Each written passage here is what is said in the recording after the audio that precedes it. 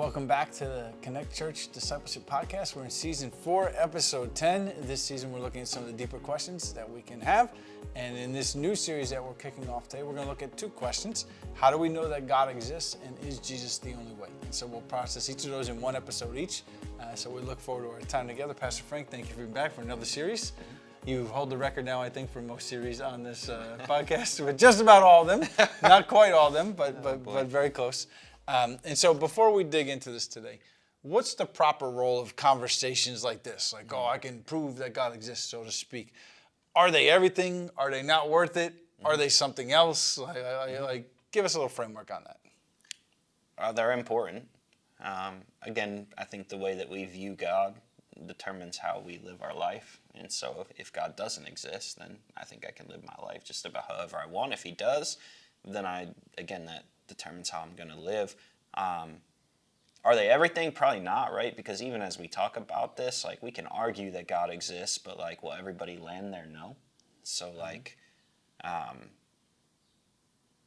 it's important, but at the end of the day, again, especially in our current climate of my truth, your truth, all of that, like, I think people will form their own. So I think conversations around it help bring people towards truth. Yeah. But at the end of the day, people are going to form their own version of it. So. Awesome. All right, good. That's some excellent framing for us here. And so we'll start with that first question. How do we know that God exists? And just 2 things for us to acknowledge, right? First, we're trying to explain God who's divine in human elements. Like, it's a little hard to wrap our mind around things, right? Like, our best metaphors are limited. Mm-hmm. Even if we think about the concept of God's eternal. How do you wrap your mind around that? Yeah. My great-grandma made it to 107. Like to me, that's eternal, right? Yeah, that's it's hard to imagine, right? Mm-hmm. But that's nothing in by definition of eternal, right? So we have to acknowledge our limitation. Second, I think also too in some of these questions, we're asking some things that the Bible doesn't directly address. Like, the biblical authors, I don't know if they were so concerned about proving that God existed. They lived in a time where everybody assumed that some God existed. It was just a matter of who is that God, how many there are. Multiple gods. Right, yeah. Right. So they were asking some different questions, right? And so, there's things we could learn, but there's no passage in Scripture like, okay, 10 reasons you can know that God exists. Like, that'd be nice. We would like that, but that's not in Scripture for us. All right. So with that in kind of in our back pocket, we're going to look at 3 kind of lines of thinking to help us understand how we can know that God exists. And so first is called the cosmological or the first cause lens. So important question for you here. Where did you come from? I believe the answer you're looking for is my parents. And where did your parents come from? Their parents. And where did they come from? Their parents. Okay, so you see where I'm going here, right? We could just keep going back and back and back and back, but at some point we have to say, like, there had to be a first. Mm-hmm. Something outside of us had to put all this into motion. Mm-hmm. Otherwise, we would just go on forever saying, and the one before them, and the one before them. Mm-hmm. Well, then how did that first one get there? Mm-hmm. Well, the one before that, well, then how did that get there? Mm-hmm. And so forth. And so the formal line of thinking for the cosmological first cause lens is as follows. Would you read that for us? Yeah. So it's everything with a beginning has a cause. The universe had a beginning, therefore it must have a cause. God is the cause. Okay, so let's walk through those statements a little bit, right? We can look around and we realize that not everything is eternal. The iPads that we're using did not always exist, right? It was, 15 years ago, probably a little more than that. I don't know when iPads first came out, but there was a point where they weren't even there, but it was a concept in somebody's mind, and then they built it and they made a mold and whatever you process you got to do, right? Mm-hmm. So something brought it into existence. It had a beginning. Therefore, there was a cause that brought it into existence, right? Mm-hmm. The iPad did not create itself, right? And so if we're wrestling with that on our own lens, right, we know that, okay, we had a beginning, so something had to bring us into existence. We could take it even deeper. The universe had a beginning. Science will tell us, second law of thermodynamics, that the universe is running out of usable energy. And I can't frame this in great scientific terms because it's not my best sphere.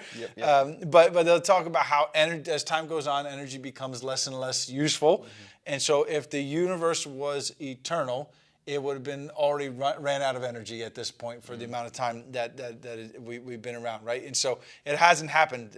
But we do know that year by year, hydrogen is used up in the stars, and the supply of that element grows smaller. And so, again, all that, if the universe was eternal, the supply would already be gone. So the fact that there's still something there tells us that it was not eternal. The tank is not on empty, but it's on the way to empty. Okay, I know there's a lot of jargon kind of in there, but it all points to us that the universe had a beginning. And most scientists will agree today that is the case. The universe had a beginning. So if there was a beginning, there had to be a cause outside of it. It didn't create itself. Hence, we would say evidence for existence for a God, that something outside this put it into existence. And someone might say, like, okay, well then what caused God? I remember as a kid saying, like, well, where did God come from? And my parents were saying, well, he's just always there, right? But again, that's by definition, God did not have a beginning. So he does not need a cause. He's outside our system of time. Okay, so that kind of gives us a little bit of the cosmological, the first cause lens. Let's look at the next one, the fine-tuned lens. Would you read that line of thinking for us? The universe is fine-tuned for life. If just some minor changes were made, it wouldn't exist. How did it get this way? Chance or intentional design? Statistically, there is a very minuscule possibility that this all happened by chance. There must have been a designer. We would suggest that God is that designer. Awesome. So they've talked about things that if, like gravitational force was changed just a little bit, we wouldn't exist, right? And illustration I heard one time is if you had a large room and you filled up with ping pong balls and you put in, they're all white and there's one orange one for the Mets, right? And it's in there, and like, you blindfolded someone and said, okay, go in there and get the orange ball. Like, statistically, the chances that's almost impossible. But then you say, okay, you have to do it like 3 times in a row and get it. You're like, no way, right? And like, that's the odds that this could randomly happen. It's far more likely that we would have a life-prohibiting universe than have one that is possible with life, right? And so again, it kind of says, okay, if it got this way, it lends that there's some kind of intelligent designer outside of us who did that. Okay, one more that we'll look at today, and this we'll call the moral lens. And so we'll kind of walk through this one maybe a little slower for us today. So the first statement would be, if God does not exist, objective moral values and duties do not exist. If God does not exist, objective moral values and duties do not exist. What does that mean?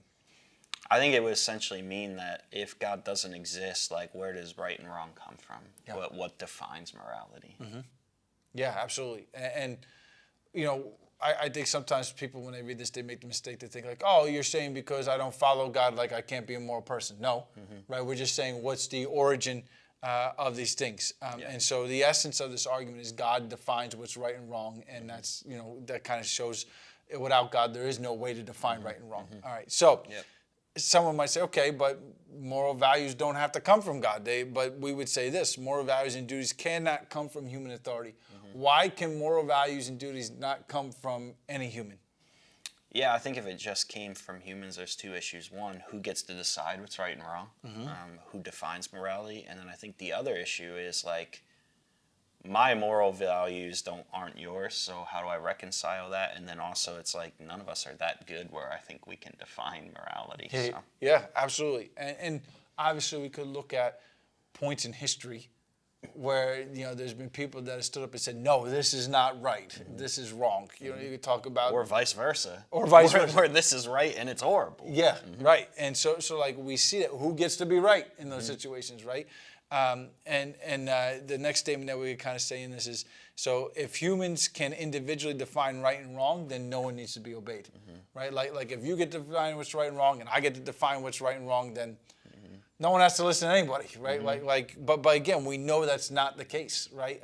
I heard an example on this recently. They said, if your spouse cheated on you, you'd be upset, you'd be angry, you whatever you would feel in those moments, you'd say that's not right, and most people would probably say no, that's wrong. Well, why? You can't get mad at anything that's wrong or that you deem to be wrong if someone else gets to define it, right? If you get to define it, then I can't be mad about that. And so the fact that we get angry about things, the fact that we see injustices in our world and it bothers us, that tells us that there's some sense of right and wrong, and it did not come from any other person. It must have come from God. All right, so that gives us kind of 3 lenses to process this through. So again, this is a lot of head knowledge. I don't know that you would just start talking to somebody and be like, hey, let me tell you about the cosmological lens, but it is opportunity to maybe engage in dialogue as appropriate. So for you, which one of those lenses, whether the cosmological, the fine-tuned, or the moral, tends to resonate with you the most? For me, I think it's the last one, the moral one, and because I just feel like we're watching it play out right now, right? Of like, as you take God out of culture and society and the way we think, right, we're all getting to define what truth is. And we're seeing that actually leads to a lot of conflict, and it's not very good. Some people will say this is morality, and other people will look at it and go, no, it's not. And then you see the tensions and the breakdown of culture around who holds different ideas of morality and how it fractures our culture. And so I think this one resonates with me just because, I feel like we're watching it play out in a sense. Awesome. So again, we want to remember that arguments or lines of thinking, whatever we want to call them, are not the end-all, be-all. We want to do everything with gentleness and respect, the scriptures remind us, but a good, helpful to process with. And so maybe sit down today and think about which one of these speaks to you the most, and where might God use that to help you point others to him. But before we go today, we got a little bit of a random get-to-know-you question for Pastor Frank today. So imagine you go home today and you find a penguin in your freezer. What would you do? I would probably ask my daughter, what have you done? And then I guess I would play with it a little bit. I'd be intrigued to see what they're like. And then I would probably call somebody and be like, yeah, there's a penguin in my house. What do I do? I love how you went right to Elliot. That's awesome. 100% her. That's awesome. Well, thank you again for joining with us this episode. We have one more episode in this series. So just go ahead and when you have opportunity, you can jump into that one and then you can go meet with your discipler. Have a great day, everybody.